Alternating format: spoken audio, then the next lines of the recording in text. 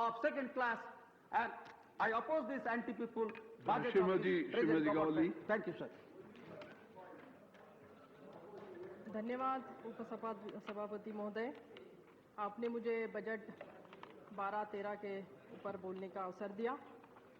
उपसभापति जी, मंत्री जी ने अपने रेल बजट में माँ माटी मानुष की बात कही है, लेकिन मुझे लगता है कि जिस तरह से भाड़े में वृद्धि हुई है, उसको देखते हुए आम आदमी के तरफ, मानुष के तरफ मंत्री जी ने ध्यान नहीं दिया है, जिसके कारण आम आदमी पर बोझा बढ़ेगा।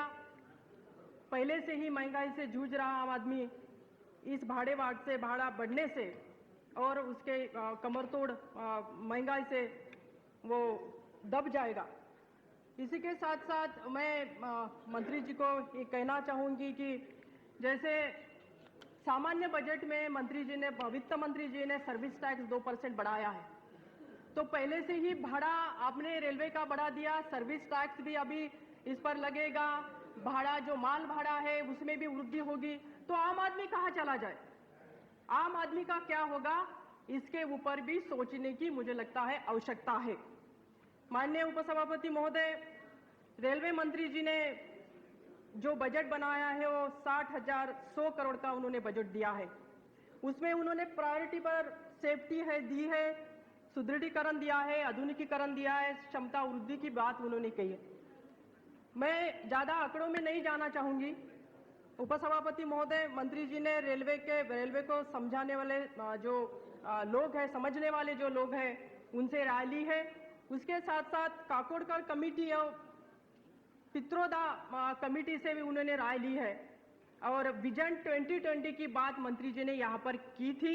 मुझे लगता है उसके लिए करीबन 10 साल का उन्होंने प्लान बनाया है और करीबन उसे पूरा करने के लिए 14 लाख करोड़ की आवश्यकता भी है।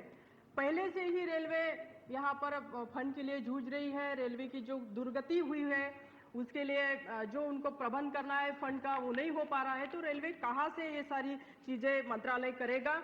और यहाँ पर इसका जो लक्ष्य उन्होंने रखा है वो लक्ष्य रेलवे मंत्रालय कैसे पूरे करने जा रही है, ये भी मैं मंत्री जी से जानना चाहूंगी। उपसभापति महोदय, मंत्री जी ने अपने भाषण में यहाँ पर बताया था कि 2012-13 में करीबन 1 लाख कर्मियों की भर्ती वो करने जा रहे हैं।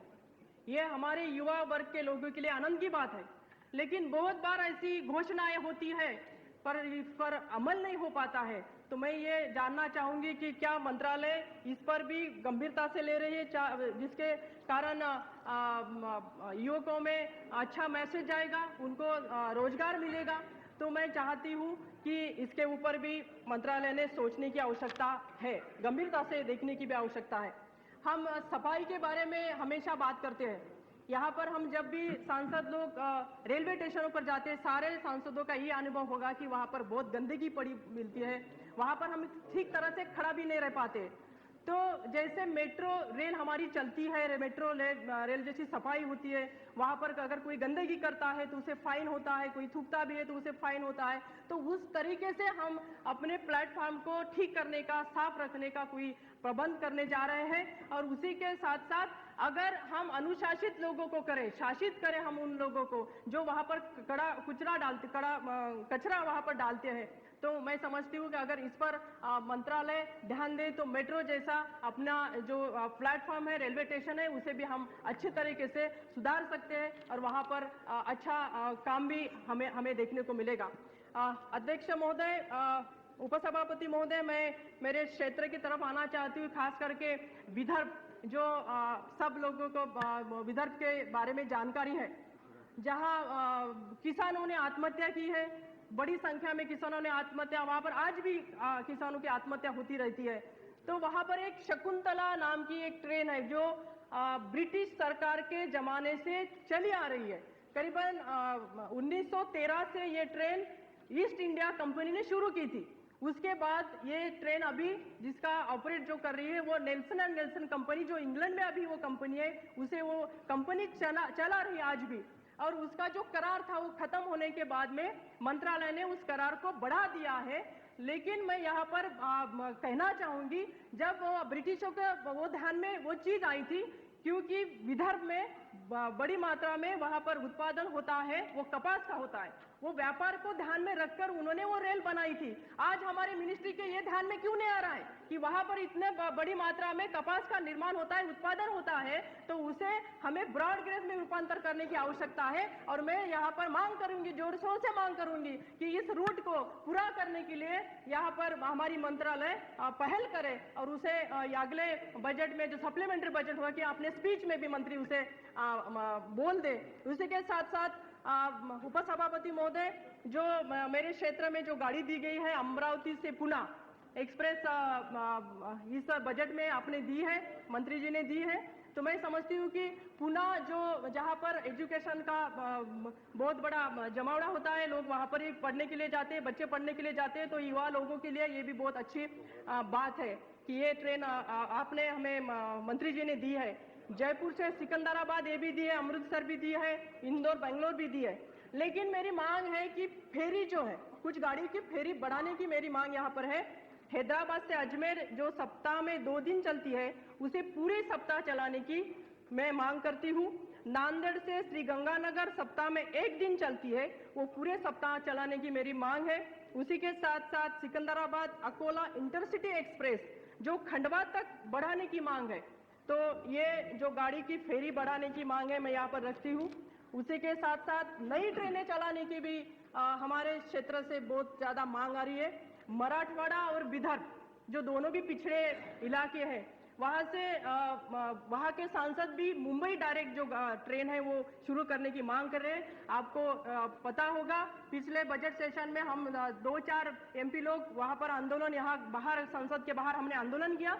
हमें मुंबई जाने के लिए डायरेक्ट ट्रेन चाहिए थी और वो ट्रेन हमें तुरंत आप देने की तुरंत हमें आप दिए, ये मैं मांग करती हूँ।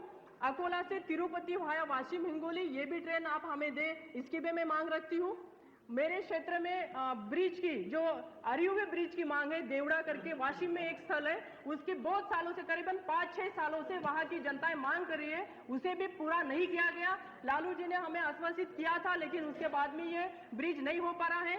उसी के साथ साथ पुसद वाशिम के लिए आरयूबी की भी मांग है, जहां ट्रैफिक बढ़ जाती है, उसके कारण बहुत सारा रास्ता एकदम क्लोज हो जाता है, तो आरयूबी की यहाँ पर हम मांग करते हैं।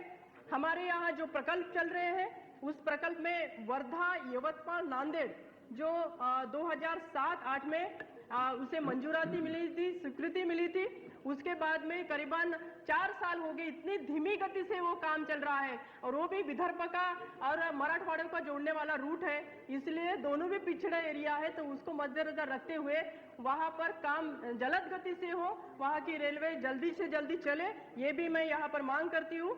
और ये हमारा विदर्भ जो पिछड़ा है, इसलिए इसे राष्ट्रीय प्रोजेक्ट घोषित करने की भी कृपा आप करें, ये भी मांग यहाँ पर मैं आपके माध्यम से करने जा रही हूँ।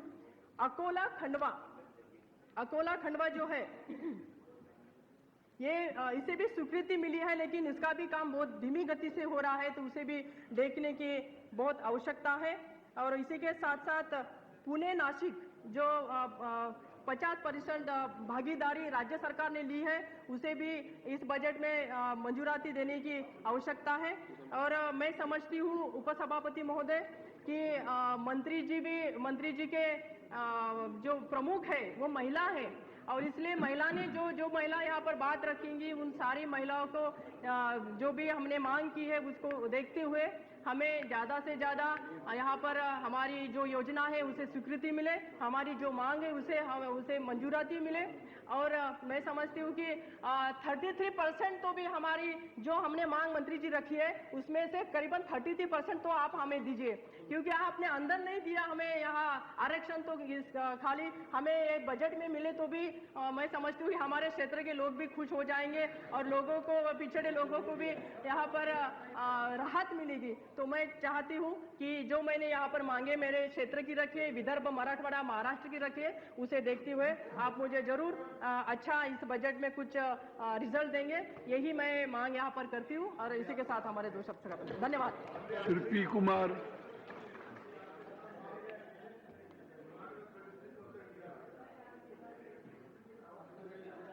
Speech in the August House on